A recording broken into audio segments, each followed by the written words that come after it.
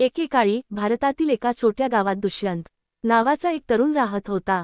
तो देखणा, शूर आणि सोन्याचा हृदय होता। तो एक साधे जीवन जगत होता, आपल्या कुटुंबाच्या शेतात काबाड कष्ट करत होता आणि आपल्या पालकांची काळजी घेत होता। तथापि दुष्यंतचे एक गुप्त स्वप्न होते, त्याला खरे प्रेम शोधायचे होते। एके दिवशी शेतात असताना दुष्यंतला गायत्री नावाची एक सुंदर तरुणी भेटली। ती दयाळू, सौम्य आणि संपूर्ण गाव उजळून टाकणारी हसणारी होती। दुष्यंत ताबडतोब चकित झाला होता आणि त्याला माहीत होते की तिला अधिक चांगले ओळखायचे आहे। कालांतराने दुष्यंत आणि गायत्री यांची चांगली मैत्री झाली। ते अनेकदा नदीकाठी भेटायचे आणि त्यांच्या स्वप्नांबद्दल आणि भविष्याबद्दलच्या आशांबद्दल बोलायचे। दुष्यंत तिला फुले आणायचा आणि गायत्री त्याला गाणी म्हणायची। दिवस आठवडे आणि आठवडे महिन्यांत बदलत असताना दुष्यंतला जाणवले की तो गायत्रीच्या प्रेमात पडत आहे। त्याला माहीत होतं की तिला कसं वाटतंय ते तिला सांगायचं होतं, पण त्यांची मैत्री बिघडण्याची भीती त्याला वाटत होती।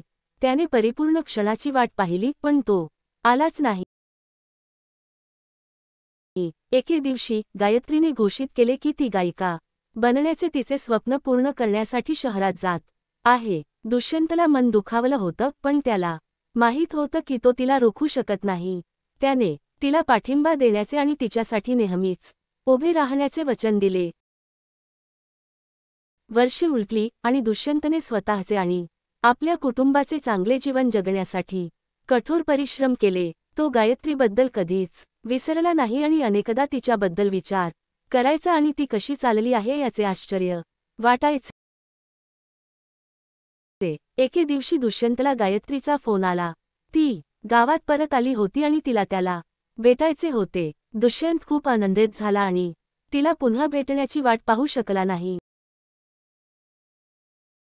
जेव्हा ते भेटले तेव्हा दुष्यंत आणि गायत्री त्यांच्या आयुष्यात घडलेल्या प्रत्येक गोष्टीबद्दल तासनतास बोलत होते। ते हसले, ते रडले आणि त्यांनी जुन्या दिवसांची आठवण करून दिली। जसजशी रात्र होत गेली, दुष्यंतने गायत्रीला इतक्या वर्षापूर्वी तिला तिच्याबद्दल कसे वाटले हे सांगण्याचे धाडस केले। आश्चर्यचकित होऊन गायत्रीने कबूल केले की तिचे देखील दुष्यंतवर प्रेम होते। त्यांनी एक जादुई क्षण सामायिक केला, एकमेकांच्या डोळ्यात टक लावून पाहिले आणि शेवटी त्यांच्या प्रेमावर एक गोड चुंबन घेतले।